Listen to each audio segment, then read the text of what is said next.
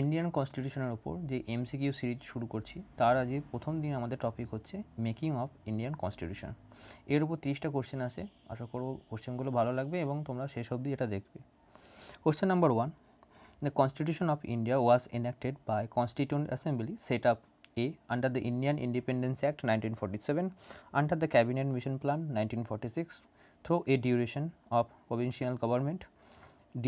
by Indian National Congress। এখানে answer হচ্ছে B, under the cabinet mission plan.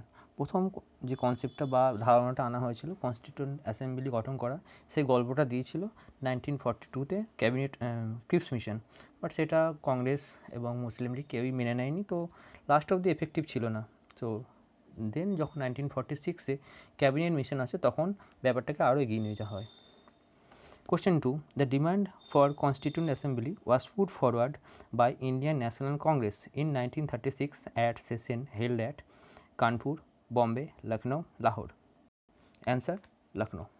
Kanpur সেশনের significance বলতে গেলে 1925-এ কানপুর সেশন হয়েছিল এবং সরোজিনী নাইডু, যিনি প্রথম মহিলা, মানে ভারতীয় মহিলা, প্রথম মহিলা ছিলেন, মহিলা প্রেসিডেন্ট ছিলেন অ্যানি বেসেন্ট এবং প্রথম ভারতীয় মহিলা ছিলেন সরোজিনী নাইডু। তো ইনি প্রেসিডেন্ট হয়েছিলেন কানপুর সেশনে 1925।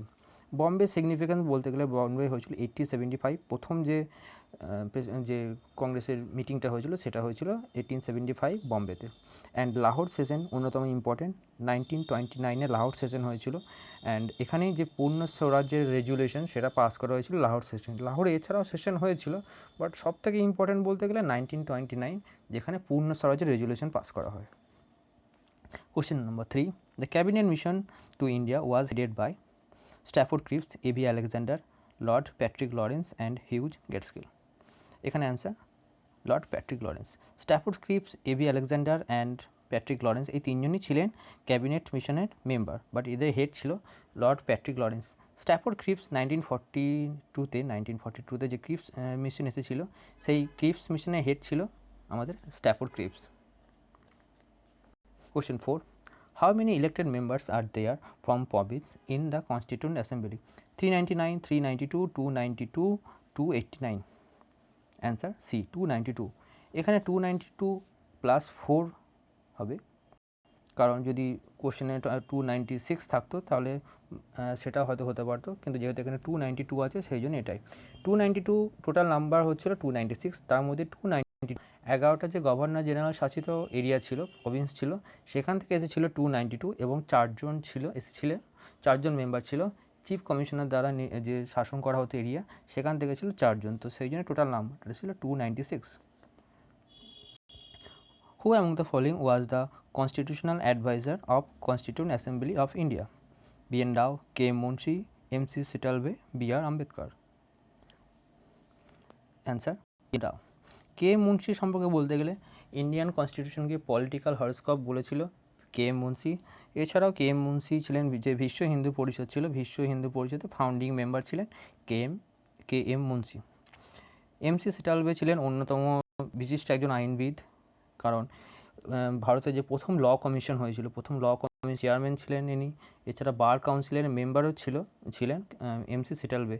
বাট সব থেকে সিগনিফিকেন্ট যেটা, ভারতের যে প্রথম অ্যাটর্নি জেনারেল ছিলেন আমাদের M.C. সিটালভে, অ্যান্ড সেটা সব থেকে প্রথম এবং সব থেকে বেশি দিন সার্ভ করেছিলেন 1950 থেকে 63 অবধি ইনি অ্যাটর্নি জেনারেল হিসাবে ইন্ডিয়াকে সার্ভ করেছিলেন। And last B.R. আম্বেদকর আমাদের কনস্টিটিউশনের ফাদার। তাছাড়া উনি বিভিন্ন ড্রাফটিং কমিটি ছাড়া আরও বেশ কয়েকটি কমিটি হেডও করেছিলেন।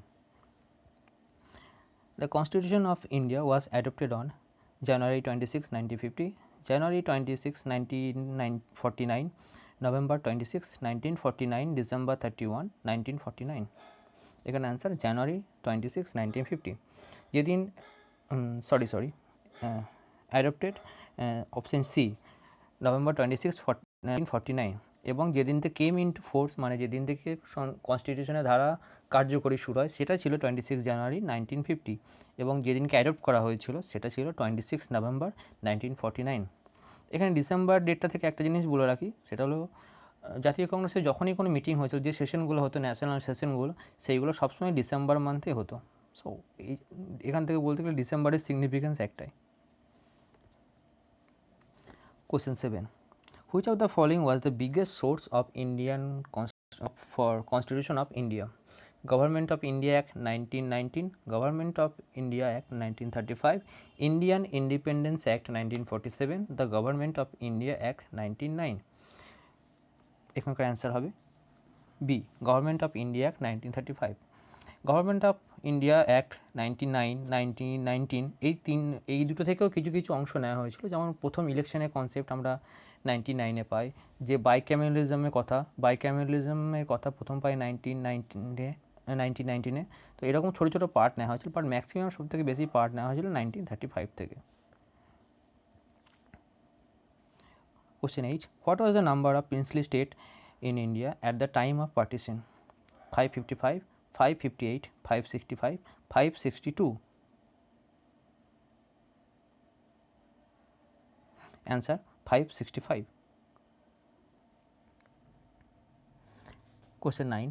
The Constitution of India established a parliamentary system of government following the pattern of France, Britain, Canada, USA. Answer C. Answer B. আমরা মূলত ব্রিটেনের যে পার্লামেন্টারি ফর্মটা আছে সেটাকে অ্যাডপ্ট করে আমাদের সংবিধান বানিয়েছি। 10. Who was one of the advocate of united sovereign in Bengal? Suhrawardy, Shyamaprasad Mukhopadhyay, Maulana Abul Kalam Azad and none of this. Answer H S. Suhrawardy. H S. Suhrawardy ছিলেন আমাদের বেঙ্গলের লাস্ট প্রাইম মিনিস্টার। বেঙ্গল যে প্রভিন্স ছিল, তিনজন প্রাইম মিনিস্টার ছিল স্বাধীনতার আগে অবধি, তো উনিই ছিলেন শেষ প্রাইম মিনিস্টার। তাছাড়াও তিনি ছিলেন একজন রিনাউন্স অ্যাডভোকেট এবং পরবর্তীকালে পাকিস্তানের পিএমও হয়েছিলেন অনেকটাই লেটে 1950 পরে হয়তো। শ্যামাপ্রসাদ মুখোপাধ্যায় ইনি ছিলেন একজন ব্যারিস্টার। তাছাড়া ভারতীয় বিজেপি যেখান থেকে সৃষ্টি হয়েছে 1959-এ ভারতীয় জনসংঘ সৃষ্টি করেছিলেন শ্যামাপ্রসাদ মুখোপাধ্যায়। মৌলানা আবুল কালাম আজাদ ইনি একজন গান্ধীজির বড় রকম সহকারী বা ফলোয়ার ছিলেন। কুইট ইন্ডিয়া মুভমেন্ট, তার আগে সিভিল ডিসঅবিডিয়েন্স, তার আগে আমাদের নন কোঅপারেশন মুভমেন্ট, এই তিনটে মুভমেন্টে ইনি গান্ধীজির সাথ দিয়েছিলেন। ইভেন কুইট ইন্ডিয়া মুভমেন্টের সময় ইনি গ্রেপ্তার হন। মৌলানা আবুল কালাম আজাদের অন্যতম সিগনিফিক্যান্ট কাজ হচ্ছে আল হিলাল নামে একটি ম্যাগাজিন পাবলিশ করেছিলেন উনি। তাছাড়া আমাদের ইন্ডিয়ার প্রথম এডুকেশন মিনিস্টার ছিলেন মৌলানা আবুল কালাম আজাদ। এছাড়া যেটা লাস্ট ইয়ার কোশ্চেন এসেছিল জামিয়া মিলিয়া যে ইউনিভার্সিটি আলিগড়ে, সেটারও ফাউন্ডিং মেম্বারদের মধ্যে অন্যতম ছিলেন মৌলানা Abul Kalam Azad.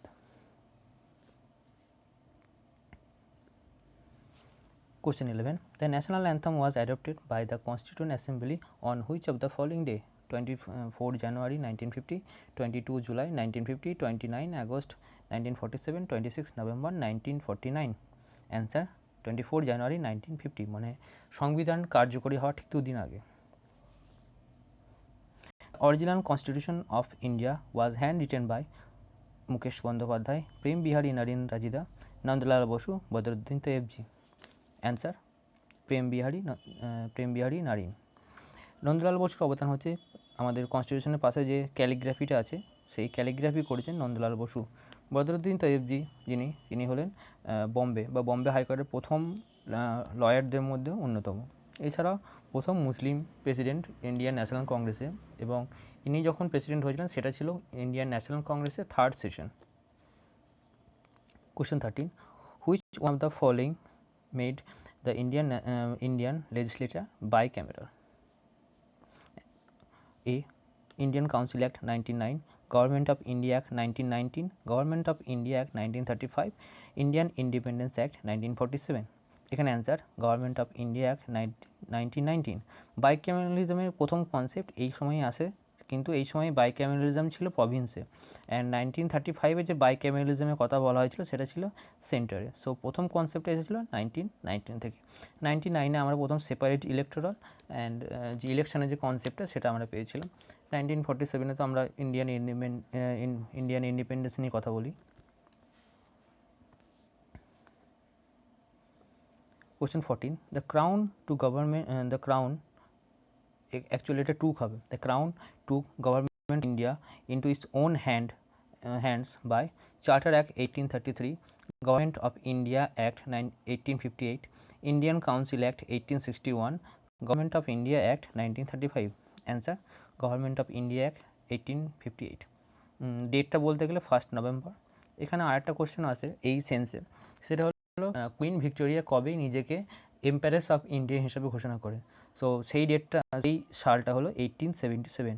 1877-এ queen India, exact এই টার্মটা আসবে যে এম্পারেস অফ ইন্ডিয়া হিসাবে নিজেকে ঘোষণা করে।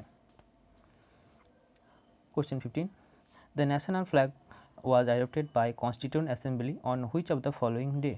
24 January 1947, 22nd July 1947, 29 August 1947, 26 November 1949. Sorry. Answer B, 22 July 1947। এই দিনকে আমাদের কনস্টিটিউশনকে অ্যাডপ্ট করা হয়েছিল, অ্যান্ড যেহেতু 26 নভেম্বর অ্যাডপ্ট করা হয়েছিল এবং 26 জানুয়ারি 1950-তে এটাকে কেম ইন্টু ফোর্স আসে আমাদের Indian constitution. Question number 16. The first meeting of Constituent Assembly had taken place on December 9, 1946, was presided by whom as its interim president? As answer D, Dr. Sachidanand Sinha। ইনি যেহেতু senior most member ছিলেন, তো Sachidananda সিনহাকে 9 December প্রথম member করা হয়েছিল। পরবর্তীকালে elected member হিসেবে এসেছিলেন আমাদের রাজেন্দ্র প্রসাদ, অ্যান্ড তার আগে অবধি ছিল মেম্বার ছিলেন সচিদানন্দ সিনহা। রাজেন্দ্র প্রসাদ যেদিন মেম্বার হয়েছিল সেটা ছিল 11ই ডিসেম্বর।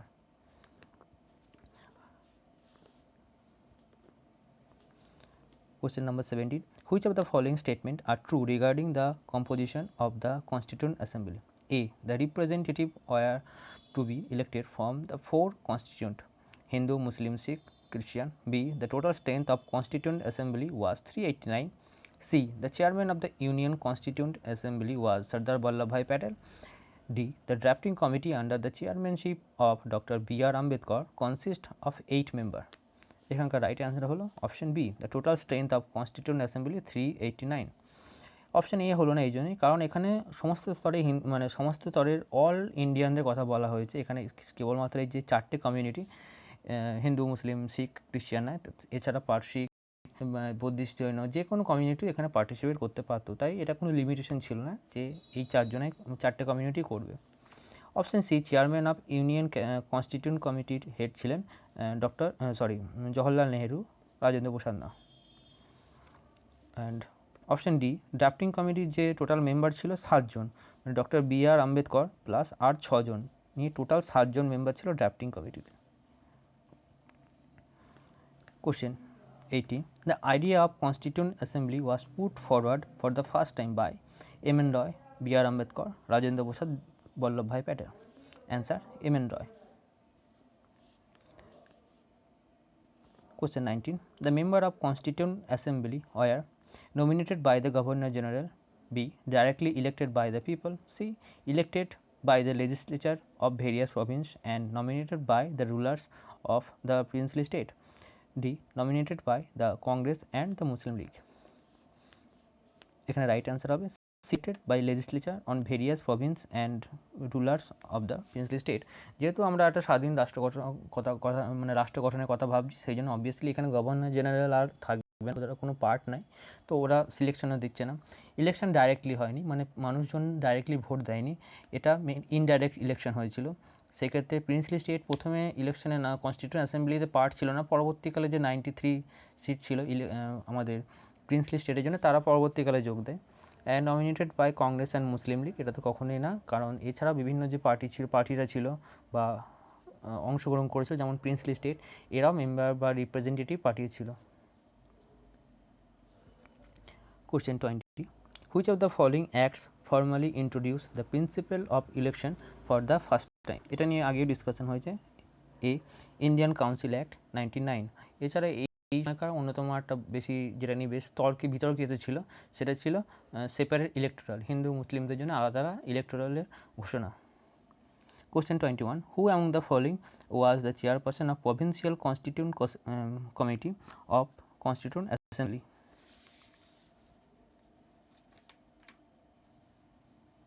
এটার অ্যান্সার ডক্টর রাজেন্দ্র প্রসাদ।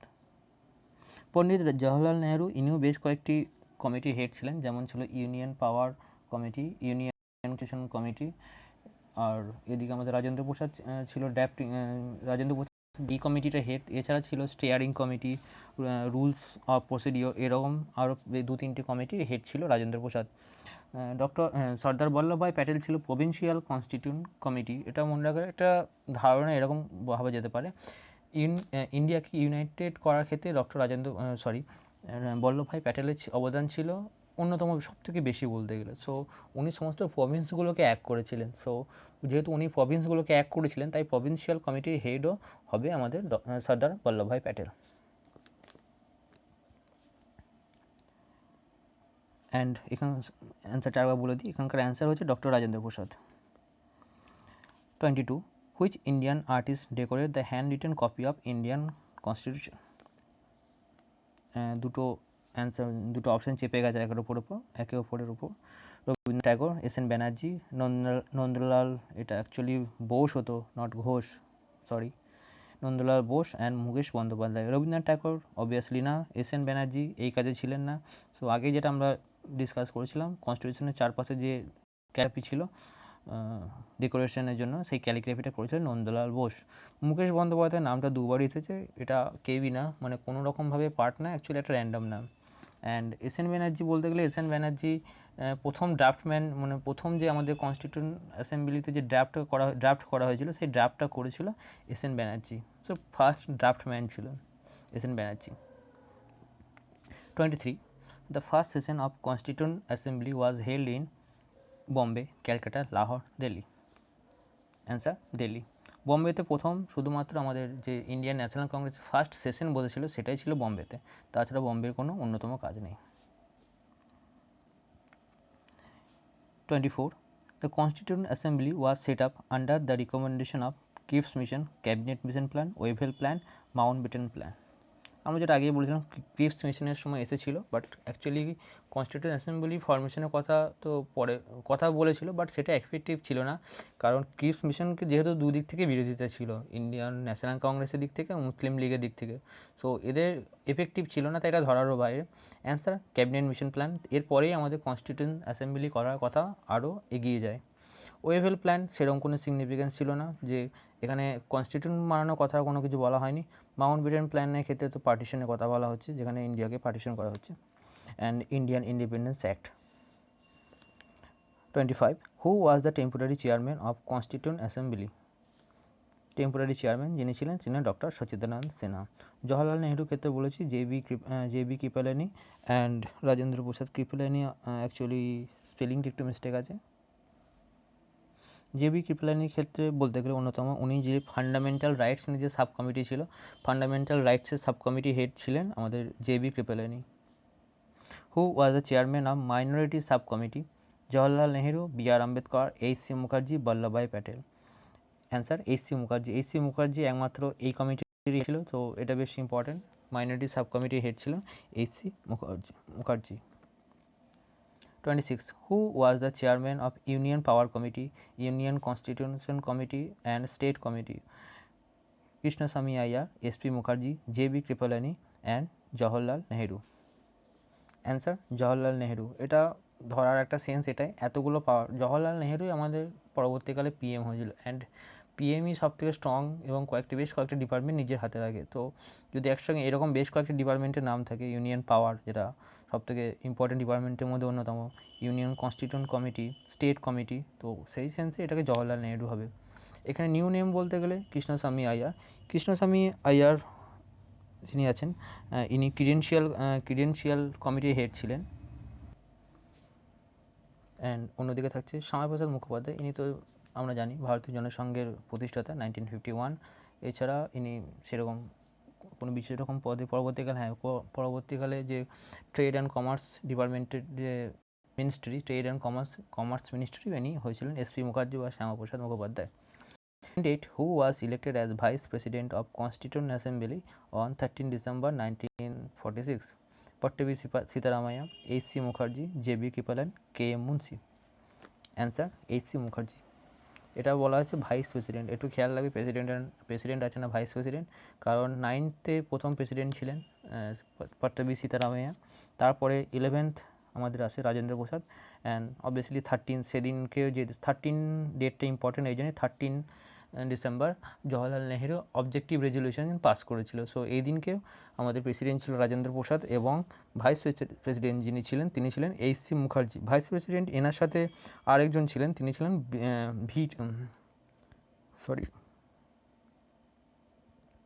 তিনি ছিলেন ভিটি কৃষ্ণামাচারী। ভিটি কৃষ্ণামাচারী ছিলেন এনার সাথে। নামটা যথেষ্ট বড় তাই লেখা গেল না। 29. What are the symbol of Constituent Assembly? Is elephant. And last question, 30. Who was the chairman of drafting committee of the Constitution?